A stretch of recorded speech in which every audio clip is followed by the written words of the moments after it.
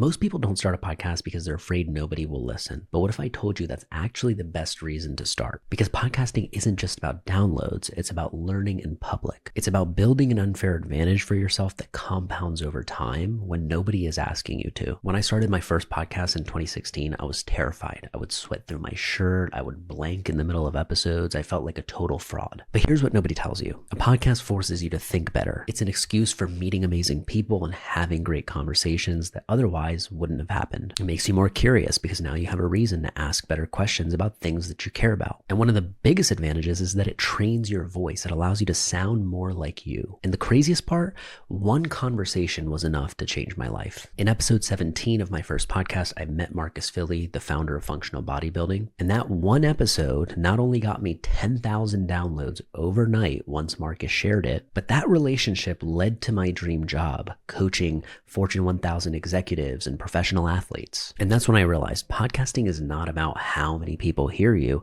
it's about who hears you. It reminds me of that age-old concept of, do you want to be well known or do you want to be known well? Let me show you why starting a podcast, even if nobody listens, might be the smartest thing you ever do. Now let's start with a mindset shift. You want to begin to look at podcasting as learning in public. Remember, the biggest fear that most people have is, oh my gosh, nobody's going to listen. But early on, that is your biggest advantage, because when nobody's listening, you're free to suck. You're free to make mistakes. You're free to find your voice. You don't have this looming fear inside your head that your coworker or your parents or, somebody that you really care about their opinion is judging you. Podcasting is also the one medium that welcomes that type of learning. It welcomes imperfection. Okay. You don't need to be somebody who has it all figured out before you start. My first podcast was pretty bad. In that first episode, I was totally afraid to express any opinions. I was literally just shooting questions to the guest every time they gave me an answer. I was very afraid to kind of talk too long, talk too much, say the wrong thing, but I stuck with it. And each episode, I noticed myself getting a little more than 1% better. And by episode 7 or 8, I began to notice a shift in how I was speaking day to day. I would, be coaching at 3 different gyms in person. And so in that time, getting to see how I was speaking to the clients in the gym, getting to see how I was leading certain classes, that really showed me the power of training the way that you talk, and podcasting gives you a platform to do that in probably the most natural way possible. So over time, you're going to build skills that you didn't even know you needed. Asking better questions, getting rid of verbal tics or filler words, becoming a better listener, thinking clearer on the spot. Most people think that they need to master something before they're allowed to talk about it. But the truth is that talking about something is how you begin to master it. And the best part is you never know which episode is going to be the one to change your life. So let's run through the 10 biggest benefits of podcasting, even if nobody listens. Number 1, it forces you to think clearly, the same exact way that writing does. But this allows you to be a little more natural, allows you to be more conversational. So many people have this massive resistance when they stare at a page or try to go from something that's in their brain to something that's on the page.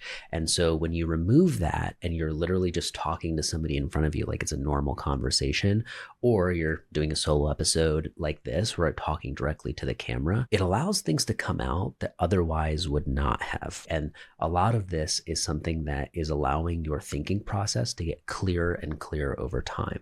As Naval says, one of the best compliments that you can be given is not, oh, you're smart, you're intelligent, but that you are a clear thinker. Number 2, it makes you more curious. This to me is a very underrated superpower, especially as you get older, because as you look around, people tend to feel like they have everything figured out. Even if they don't, it's just the attitude that people kind of bring to every topic sometimes. And so if you can be somebody who is just a tiny bit curious, a tiny bit open, cares enough to ask questions, this trait I feel like is not just for your professional life and kind of taking the scientist's approach of being curious and making hypotheses and testing them out, but it is also equally as valuable in your personal life. Because I think when you stay curious, you're in a better mood, you're funner to be around, you have a good attitude. There are a whole host of benefits that come with a curious mind. When I started my first podcast, this is the thing that carried me through the entire way. I didn't know enough. I didn't know all the things perfectly so that I could cover them, but I was curious about everything that I was covering: Olympic weightlifting, CrossFit, powerlifting. I was really, really like just hungry for knowledge, and that came through when you were listening to those episodes. And people fell in love with that because they were like, wow, I'm getting to learn through this guy and he's doing it for me. Being the curiosity-driven host is actually the stance that you can take. It's the one that I did when I first started my podcast because I was young. I didn't have a ton of credibility. I felt scared to express my opinions, but I was deeply curious and hungry for knowledge. And that relentless energy actually did carry through the wavelengths of the microphone. And, that wasn't a video podcast, so it was through the microphone only. But people did feel that. People felt my burning desire to learn, and it attracted people who wanted to kind of just listen in on that. The coolest part about being curious is finding out the answers, finding out the truth is the satisfying part itself. That's the reward. And so even if your podcast never takes off, a lot of times all of the information that you've uncovered and you've learned and you've really, really refined in your time of podcasting is enough to make the entire experience worth it. Number 3, you learn to ask better questions. And this is a skill that I found, again, is not just a professional life thing. It's a personal life thing, not just in, being able to analyze and assess really important problems or bottlenecks. All of those things typically are narrowed down with a question. But at the same time, this can be used to figure out things about yourself, right? Asking questions about oneself is a huge way to, really understand yourself the way that you would if you were an instrument. You want to learn how to play yourself like that instrument. I found that the quality of the questions that you ask actually attract people to you. So the smartest people in the world will want to talk to you over time if you ask great questions, not just if you give great answers. Okay, that is a misconception because when you ask great questions, it shows the frame of thinking that you're coming from. It shows how your brain works a little bit. This is why when I would send 3 to 5 questions to some of those guests, I would get yeses back because those 3 to 5 questions would show like, oh, this person's thinking a little differently. They're thinking outside of the box. They're not thinking about the same questions I've covered on 10 different podcast appearances this year. So I just believe the ability to ask better questions makes you better in everything: business, sales, relationships, you name it. Number 4, you meet people that can change your life. So I remember going to a BNI meeting. It was a business networking international or whatever it's called. And, it's kind of like one person who's a coach, one person is a real estate agent, one person's a plumber, and you have kind of one of each profession that's kind of in that room. And I remember being like, wow, this feels really soul sucking, while I was there. I remember comparing that to that first podcast because I had already seen how my network had changed within 52 weeks. I was in a completely new world around new people that I respected and people that I would read about, quite frankly, and was like, wow, it would be so cool to ask them a question one day. And I was sitting in the same room as these folks. So beyond the downloads, the coolest part is the actual relationships that you will build in the process of doing your episode. Sometimes it will be customers. Sometimes it will be business partners. Sometimes it will be future employees or contractors. Sometimes it will be friends. In today's day and age, it's so hard to, have that serendipity where you meet cool people day to day. People don't say hi to each other outside anymore. You don't strike up conversations with strangers as much unless it's being filmed for TikTok or something, right? So podcasts to me are a platform that allows you to have built-in networking in the most organic way possible. Not just famous people. I'm talking about everyday people. If you ask them, most of them will be honored that you asked and they will love to come and talk to you on your show, especially if you put them in a good light. So I want you to think outside the box. It's not just about the guests and it's not just about more sales and more clients. That is a part of it. But you'll see at the highest levels that people are using their podcasts and other content in their ecosystem to attract talent, right? Because that's expensive over time. A quick exercise you can try is coming up with a list of 25, 50, or 100 people that might change your life. Okay. If you had them on your podcast, if you had a conversation with them, Some of these folks might be famous and out of reach. Some of them might be everyday people that you just want to have a great conversation with.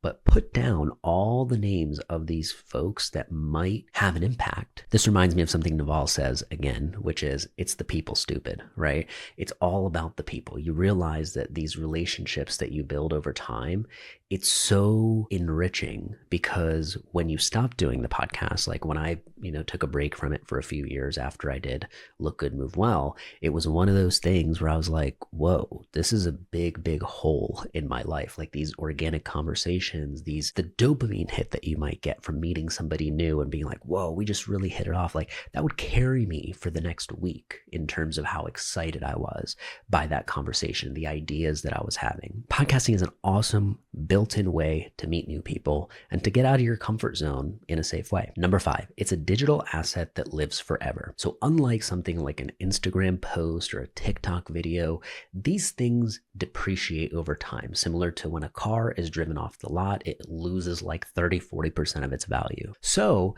podcasting and YouTube and writing like newsletters and things like that, these long form pieces of content are typically the pieces of media that appreciate over time instead of depreciate. That's actually one of the things that gave me such pride in my first show, and of course in my second one too, where it's like getting to see 50, 100 episodes add up over time when you didn't have to do any one of these, right? But you kept on going, you kept on doing it. A catalog begins to form. And now when people discover you at episode 97, they go and they listen to episode 1. They go and they listen to 10 other episodes that you didn't expect them to. How often does that happen when you're scrolling on Instagram? It's like you're going one after the other. You're not really trying to go deep and binge somebody's profile too often, right? So remember, every episode is an asset that compounds over time, especially with podcasts and YouTube. These things take longer to grow, which is why nobody jumps in, and it doesn't have that like viral effect sometimes that something like a social media post on Instagram can do. But that's an advantage because it leaves less people that want to even do it. They're not even going to try because the incentive doesn't seem to be there. So if you can know that, hey, every episode, every hour that I'm putting into this is going to come back to me, my future self will thank me, you will be good to go. There's actually an accountant who listens to this channel who recorded an episode on audio only podcasts every 2 weeks for about 2 years. And that library of content that they built still gets them clients to this day. Now, of course, in the first 10 episodes, it wasn't doing that, but years later, it is still an asset that is bringing them new opportunities. Number 6, it builds consistency and discipline. I remember getting the chance to hop on a call with Gary Vee's trainer at the time. And, he was going to give me some advice on my stuff, and he was looking through my feed on the call of all my podcast episodes. And I remember the first thing he acknowledged was the consistency. He was like, dude, this consistency is awesome. Because at that time, I had not missed a single week. I had, you could see the dates published. It was just every 7 days or whatever for like a lot of episodes. The discipline to do something when you're not really being asked to, it's very hard, right? It's not something that somebody's forcing you to sit down and spend an hour talking into the void. So it shows initiative, right? And I feel like that's a really, great skill to develop. But then the consistency is hard. It seems easy, once a week, but to do that week after week after week when it seems like nobody cares and the excitement has worn off, it's not easy. But if you can do it, what it does is it teaches you to follow through. It teaches you the delayed gratification that, we have to get used to with a lot of things online. So the ability to be consistent and disciplined in something that, you're not being forced to do this. You don't have to do this. You want to do it. I think that's a very, very, powerful journey, especially for yourself to watch, not other people, but for yourself to watch you go, wow, I don't have to do this, but I'm sitting down and I'm doing it anyway. And I'm doing it week after week after week. Like there's an unbreakable confidence that develops from just that practice. Number 7, it builds trust. This is why people talk about how podcasts build authority and all this kind of stuff, right? Podcasts are a very middle of funnel thing. So it's not the thing at the top of the funnel that's bringing in tons and tons of new people into your world. It can be later on, but in the beginning, what it is a trust tool, right? So it's not an acquisition system just yet, but it's a nurture system. So when somebody comes into my world after I make cold email them or something, right? They're going to stalk me. They're going to look in to see if I'm real, if I'm legit, legit.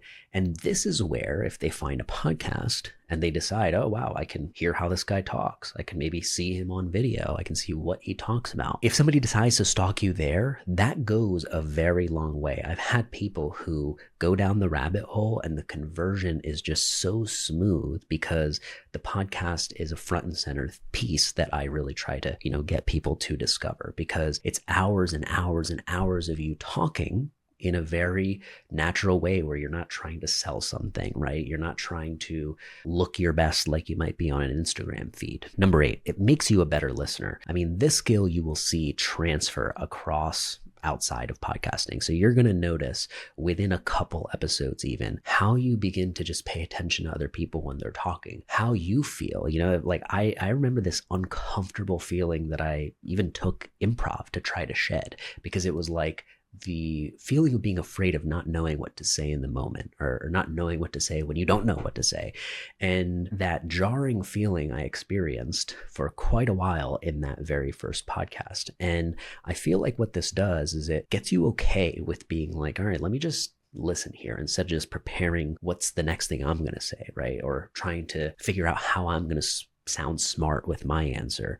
I feel like when you can truly listen, it allows you to relax a little bit. And then of course the other person who's the recipient appreciates it a little more as well. Yeah, this is something that I found to be extremely valuable. You become a great listener, you become pretty good pretty quickly. And then of course it's up to you to how far you want to take that skill, but it's something that you're going to begin to notice, and maybe other people in your life will also begin to notice, which is cool. Number 9, it lets you test ideas before going all in. So comedians are the perfect examples of how they've used this over the years, where what they'll do is discuss stories and things that have happened on the road and stuff that they just want to kind of feel around and test out as a way to mine for material. So what they'll do is they might talk about these 3 to 4 things they want to discuss, but they don't know where it might go, right? They're open to kind of following the branches that kind of come out of these conversations. And then they might stumble across a line, a word, a premise, a punch that actually is worth keeping or trying out on stage that night. So similarly, you can do this when you have a new story that you want to share, a new topic that you want to discuss, but it's not fully fleshed out yet. It might not be newsletter worthy just yet, but it might be worthy for you to talk it out in a natural conversational way on your pod. This is also great if you look at sometimes like YouTube videos. You've got the YouTube video format that is very retention style edited and for YouTube. Then you've got the podcast style, right? Which is a little more conversational, a little more relaxed. There's some ums, there's some pauses, but that's just kind of a part of it. And being able to get something out faster in this format, whether it's audio only or whether it's in that relaxed video format, it shortens that feedback loop significantly, right? Because you previously may have looked at your podcast as the end goal. Okay, I did my newsletter, I did some Instagram posts, I have, okay, my podcast is this perfect piece that needs to be, fleshed out and done. So the way it shortens the feedback loop is really allowing you to get episodes out faster. Because remember, it is not a medium that is expecting perfection out of you, right? Even on YouTube native styled videos that are on the platform are kind of perfect, right? They're trying to pull the perfection out of you. But you see the podcast styled or the streaming styled videos on YouTube, they're not perfect. The imperfection is what makes it attractive, what makes it worth consuming. Okay, this is not going to sound like the traditional smash that like and subscribe button, right? This person's actually having a conversation with me. And so it gives you kind of this platform where you can sit there and work out your ideas, work out stuff that's not fully ready yet. Because remember, at the end of the day, you're still learning in public. Number 10, it becomes an unfair advantage in any niche. And it's not just because of the downloads or the guests or the status or the vanity metrics that come from doing a podcast when it takes off. It's actually going to be the skills that you develop along the way. Similar to a comedian who is the one person up on stage, they're the writer, director, producer, everything, right? There's no other props to rely on. YouTube is a very similar thing. To be a YouTuber, like you basically learn how to do 10 different things and you get good at doing them yourself maybe at first, right? And then you figure out how to delegate some of those things. And so what it does is it equips you with this weird skill set of being super resourceful, making the most out of things that you have, finding the point in complicated amounts of, mumbo jumbo that you've written. There's just a resourcefulness that you develop when you are podcasting week after week after week. You're reaching out to guests. You're putting yourself out there. You might get rejected. So similar to a comedian or a YouTuber, a podcaster has a very, very similar demand. You are learning how to use equipment you've never used. You're reaching out to guests that you've never talked to. You might be doing a solo episode, so you're really learning, how do I sound like myself? And quite honestly, you are growing one of the hardest things to grow. Podcasts out of every type of content medium that's out there is probably the hardest to grow, right?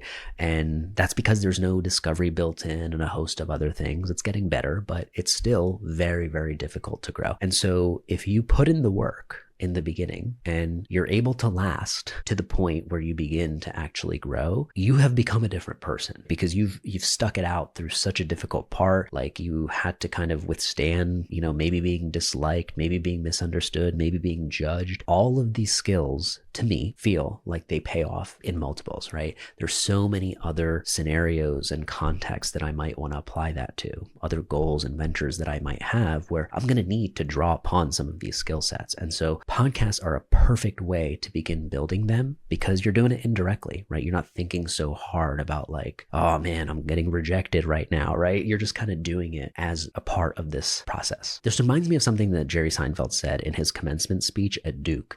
He was talking to the students and he said something along the lines of having versus becoming. He's like, don't focus so much on having. I need to have this. I need to have that. Focus on becoming. Who am I becoming? Be in a state of becoming. And for whatever reason, that hit me in that moment because I was like, that's true. It's like, sure, it'd be nice to have 100,000 downloads, 1 million podcast subscribers, right?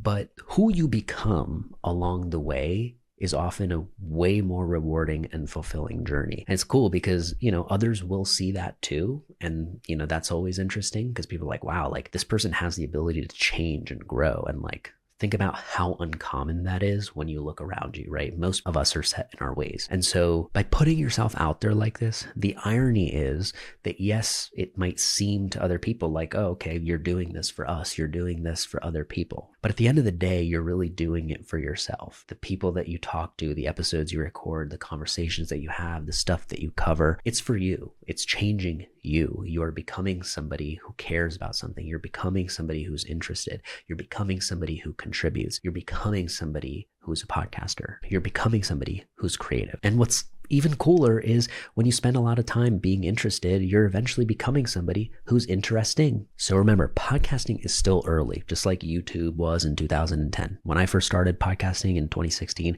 people back then were still saying the same thing they are now. Oh, it's too late. There's too many, blah, blah. That has always happen and it always will. But you already know that. And those aren't the reasons why you would or wouldn't do a podcast anyways. So remember, you don't need fancy gear. You just need your phone and, a microphone you can get for less than $50. That's how much my first one was. And it is still working to this day, surprisingly. Software, AI, and automation are all making podcasting and workflows more and more accessible so that you don't need a giant team in order to get your foot in the door. And guess what? Your first 10 episodes, they're going to be bad, right? Especially compared to the next 90 that you might do. But think about that. Just being willing to show up, have courage to be bad in the first place. That alone is something that most people will not do. You will separate yourself from a lot of people by just taking the initiative. And most importantly, you will be becoming more you in that process. What we covered today allows you to do what I did when I first started, which was like, hey, even if nobody listens to this, how do I win? How do I make sure that this is not a loss, right?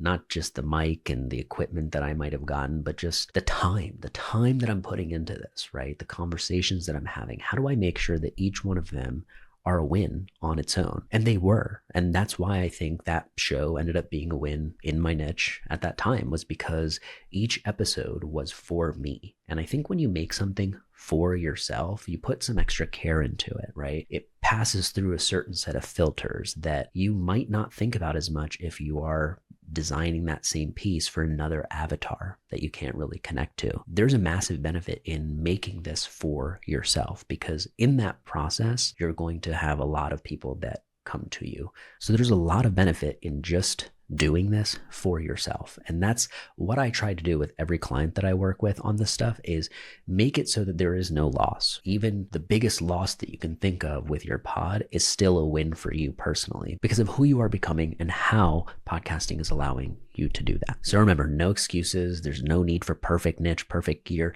You just need to start, because I tell you, once you begin publishing, you now do feel like you're in the game, you're in the mix. It's not just a plan anymore. And now you're not just thinking maybe about yourself. You're beginning to be like, oh, okay, even if there is one person listening, I want to make sure they have something next week. So if you're ready to put this into play, make sure to check out my links in the description below. I offer a free strategy call, consulting, and a bunch of free tools and guides to help make your workflow easier and to ultimately make podcasting more accessible for people like us. So thanks for hanging out. Don't let this be just another video that you watched. This is a sign you were meant to do this, and I'm excited to hear from you when you do.